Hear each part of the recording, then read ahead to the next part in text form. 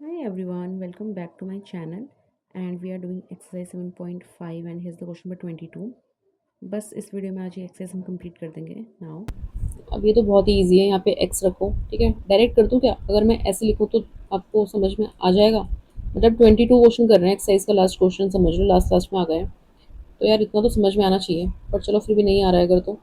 ये लीनियर में है तो मैं इसको ऐसे लिख रही हूँ, ए अपॉन में X minus one and plus में बी अपॉन में एक्स माइनस टू। एलसीएम ले लिया मैंने, ए के साथ ये मल्टीप्लाई हो जाएगा एक्स माइनस टू, बी के साथ ये मल्टीप्लाई हो जाएगा और यहाँ पे एक्स था तो एक्स रख दिया। अब तो आप लोग इतने स्मार्ट हो, आपको पता है क्या रखना है। एक बार वन रखो, एक बार टू रखो, ठीक है। वन रखने पे कितना आ रहा है, ये बी जीरो हो गया। यहाँ पे वन रखो, वन माइनस टू कितना हो जाएगा, माइनस वन। यहाँ पे भी वन रखा तो ए की वैल्यू कितनी आ गई, माइनस वन, ठीक है। टू पुट करो, टू पुट करोगे तो ये जीरो हो गया।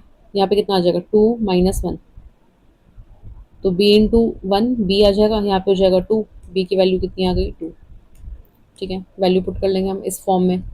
ए की वैल्यू कितनी है, माइनस वन, ये हो जाएगा डी एक्स अपॉन में X minus one, plus B की वैल्यू है टू, डी एक्स अपॉन में X minus to.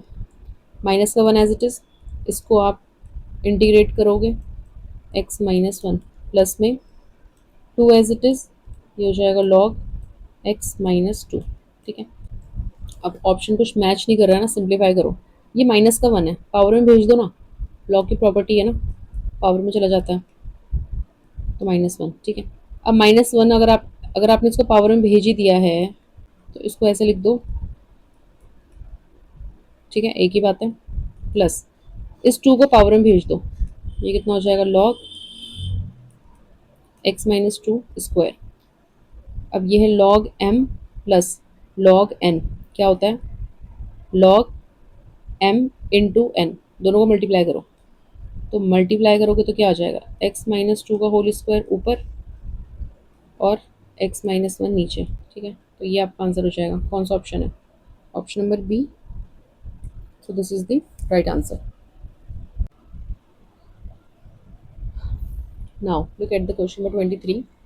Again this is very easy, ठीक है। पावर कहाँ है, आपके पास पावर है अंदर, तो अंदर पावर है, दैट मीन्स ये इस फॉर्म में जाएगा, ठीक है, फिफ्थ वाली फॉर्म में। So it will be A upon में एक्स एंड प्लस में बी एक्स प्लस सी अपॉन में एक्स स्क्वायर प्लस वन, ठीक है। एलसीएम ले लो, यहाँ पे तो वन है, एलसीएम लोगे कितना आएगा, ए के साथ मल्टीप्लाई हो जाएगा एक्स स्क्वायर प्लस वन और बी एक्स प्लस सी के साथ मल्टीप्लाई हो जाएगा एक्स, ठीक है। आप माइनस वन तो पुट नहीं कर सकते क्योंकि माइनस वन पुट करके वन वन, वन का स्क्वायर वन, ठीक है, तो ये ज़ीरो होगा नहीं। तो ज़ीरो करने का एक रास्ता दिख रहा है, अगर हम एक्स को ज़ीरो रखते हैं तो अगर ये ही ज़ीरो हो जाएगा तो ये पूरा हट जाएगा, ए मिलेगा आपको सिर्फ, ठीक है। तो ए की वैल्यू कितनी आ जाएगी, ये ज़ीरो हो गया, ए कितना आ जाएगा, वन। वैसे तो आप वैल्यू पुट कर सकते हो बट अगर हम कंपेयर करें तो मुझे ऐसा दिख रहा है, कंपेयर करके थोड़ा ईजिली हो जाएगा, ठीक है। On comparing the coefficient of x square. अब मैंने एक्स स्क्वायर ही क्यों लिखा, क्योंकि यहाँ पे ए एक्स स्क्वायर है तो मेरे पास ए की वैल्यू है, ठीक है। अब देखो यहाँ पे एक्स स्क्वायर का कोफिशिएंट कितना है, जीरो, क्योंकि है ही नहीं ना, एग्जिस्ट ही नहीं कर रहा है। यहाँ पे ए एक्स स्क्वायर, तो मैं सिर्फ ए लिख रही हूँ, ठीक है। मतलब समझ में आ रहा है ना, मैं समझ में आ रहा है ना आप लोगों को कि सिर्फ ए क्यों लिखा, क्योंकि एक्स स्क्वायर तो कॉमन आ जाएगा, हम कंपेयर कर रहे हैं, ठीक है। तो यहाँ पे आ जाएगा ए, अब बी एक्स को आप मल्टीप्लाई करोगे बाहर वाले एक्स से तो बी एक्स स्क्वायर, तो ए प्लस बी, ठीक है। ए की वैल्यू पुट करो वन, इस वन को उधर भेज दो, बी कितना आ गया, माइनस वन। इतना क्लियर है। अब देखो अगर मुझे सी फाइंड करना है ना तो इस एक्स को मैं सी से मल्टीप्लाई करूंगी, बात समझ में आ रही है। तो यानी कि मुझे क्या कंपेयर करना पड़ेगा, एक्स स्क्वायर तो हमने कर लिया, एक्स एक्स भी कंपेयर कर लो। अब देखो यहाँ पे एक्स का कोफिशिएंट कितना है, जीरो, यहाँ से हमको एक्स का कोफिशिएंट मिलेगा नहीं क्योंकि यहाँ पे एक्स स्क्वायर है, ये कांस्टेंट है। यहाँ पे बी एक्स को मल्टीप्लाई करेंगे एक्स से तो बी एक्स स्क्वायर आएगा, वो हमने कर लिया। सी को मल्टीप्लाई करो एक्स से तो कितना आएगा, सी, तो दैट मीन्स सी की वैल्यू कितनी आ गई, जीरो। तो ये तो ईजी था काफ़ी। अब वैल्यू पुट करो, ए अपॉन एक्स, ए कितना है, वन, वन अपॉन एक्स, ठीक है, डी एक्स प्लस, अब यहाँ पे मैं इसको सेपरेट कर रही हूँ, दो टर्म्स है ना, बी एक्स प्लस सी अपॉन में एक्स स्क्वायर प्लस वन, इसको मैं अलग लिख रही हूँ और इसको मैं अलग लिख रही हूँ। क्या मुझे सी लिखने की ज़रूरत है, क्योंकि सी ज़ीरो है, तो इसको मत लिखो ना, भूल जाओ, बस इतना काम है हमारे पास। ठीक है।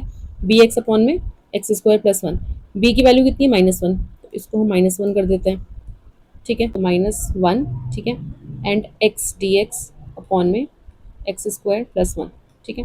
ये एक्स डी एक्स कहाँ से आया, क्योंकि बी एक्स है ना, तो बी की वैल्यू बाहर लिख ली, एक्स बच गया यहाँ पे, ठीक है। अब वैल्यू पुट करो, क्या हम इसको टी लेट करें, सिंपल है, देखो यार हमने बहुत बार करा है ये वाला। एक्स स्क्वायर प्लस वन को आप टी मानोगे, ये कितना हो जाएगा 2x D X is equals to D T, ये कितना है न्यूमिनेटर, ये नीचे चला जाएगा 1/2, ये हो जाएगा D T upon T log T, समझ रहे हो। तो यहाँ पे सिंप्लीफाई करके आ जाएगा log x, ठीक है, माइनस यहाँ पे सिंप्लीफाई करके कितना आएगा 1/2 log t, और t मतलब ये वाला, ठीक है। तो आई होप आपको ये समझ में आया होगा, and this is the option number A, ठीक है। So the option A is correct, ठीक है। आपको ये पार्ट समझ में आया, हमने इसमें put x square plus one, मुझे ना फिर वैसा फील होता है कि यार पता नहीं समझ में नहीं आया शायद, क्योंकि अभी स्टार्ट करा मैंने तो इतना फीडबैक मुझे मिलता भी नहीं है। तो देखो ना एक्स डी एक्स ये न्यूमिनेटर है, और ये डी टी ये 2 अपॉन में चला जाएगा, ये हो जाएगा डी टी अपॉन टू, तो कितना आ जाएगा, ये आ जाएगा ना डी टी, एंड 1/2 बाहर आ जाएगा, ये टी हो जाएगा, ये लॉग टी हो जाएगा, तो 1/2 लॉग टी, और फिर टी को हम रिप्लेस कर देंगे, ठीक है। तो this is all about this exercise, ठीक है। आई होप आपको समझ में आया होगा। अब हमने कितनी एक्सरसाइज कर ली है, 5 हमारी कंप्लीट हो गई है, ठीक है। 7.6 से एकदम डिफरेंट है, ठीक है, मतलब कंसेप्ट नया है। जैसे अभी तक हमने जो पढ़ा था ना 7.1, 7.2, 7.3, 7.4 एंड 7.5, ये ना आपस में कनेक्टेड है, ठीक है। 7.6 में यूज तो होगा, बट इतना यूज भी नहीं होगा, कनेक्टेड में इसलिए बोल रही हूँ क्योंकि एक ही क्वेश्चन में यूज हो रहा है ना। सो this is all about the 7.5 exercise, ठीक है। नेक्स्ट वीडियो में मिलते हैं न्यू इंट्रोडक्शन के साथ, फिर हम न्यू एक्सरसाइज शुरू करेंगे, और कोशिश करेंगे ये चैप्टर जल्दी से जल्दी खत्म करें, क्योंकि काफ़ी ज़्यादा एक्सरसाइज है इसमें। Thank you so much for watching this video till the and, and I hope आपको मेरे वीडियोज़, मेरे सेशंस समझ में आ रहे होंगे, आपको लेक्चर्स थोड़ा ईजी लग रहे होंगे, ठीक है। आपको जैसा भी लग रहा है, कुछ भी फीडबैक है आप मुझे कमेंट सेक्शन में दो। अगर आपको लगता है कुछ इंप्रूव करने की ज़रूरत है, मुझे वो भी बताओ, लिखने का तरीका सही है, या फिर आप लोग चाहते हो मैं और डीप में लिखूँ, जैसे मैं लिख के कैलकुलेशन लिख के ना उसको इरेज कर देती हूँ और फिर डायरेक्ट आंसर लिखती हूँ। वो मैं इसलिए करती हूँ क्योंकि वो पार्ट ना ईजी है, तो आपके दिमाग में ये ना रहे कि अरे इतना लेंदी आंसर, इतना हौच पौच ना लगे आपको फ्रेम में, तो वो मैं इसलिए करती हूँ। और वो कैलकुलेशन इतनी ईजी है कि वो आप वैसे भी कर लोगे। तो मेरा मोटिव है आपको जो क्लास 12th का कंसेप्ट है वो समझाना, जो बेसिक्स है वो आपको आते हैं ऑलरेडी, तो मैं इसलिए उन बेसिक्स में ज़्यादा टाइम वेस्ट नहीं करना चाहती, और ना ही उनको लिख के आपके दिमाग में ये चीज़ें फिक्स करना चाहती हूँ कि क्वेश्चन बहुत लेंदी है, इंटीग्रेशन डिफिकल्ट है, ठीक है। ऐसा कुछ भी नहीं है, इंटीग्रेशन कोई डिफिकल्ट नहीं है, 2-3 कंसेप्ट है बस। अब ये है कि थोड़ा लर्न करने वाली चीज़ें ज़्यादा है, फॉर्मूले थोड़ा ज़्यादा है, ठीक है। और वो भी अगर आप कंपेयर करके पढ़ोगे ना तो आपको ईजी लगेगा। शुरू शुरू में हम कोई भी नई चीज़ पढ़ते हैं तो थोड़ा सा तो टाइम लगता है उसके साथ एडजस्ट होने में। एक बार आप यूज टू हो जाओगे तो फिर आपको कोई ऐसा डिफिकल्ट नहीं लगेगा, ठीक है। तो यही मेरा मोटिव है। That's it for the today's class. Thank you so much, मिलता है नेक्स्ट वीडियो में। Take care, bye.